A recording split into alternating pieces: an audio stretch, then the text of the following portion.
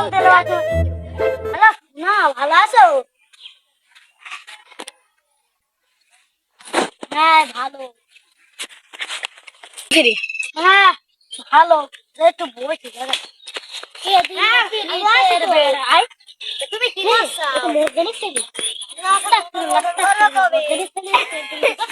যারা তোর বাপের সাথে বলছি আপনার ছেলে ওখানে প্রেম করছে, আপনি খবর রাখেন না নাকি? আরে আপনি কিরাম বাপ, আপনি খবর রাখেন না? হাঁটেন, আমার আপনার চোখে দেখাচ্ছে। দেখেন আপনার সাথে কি কাজ করছে।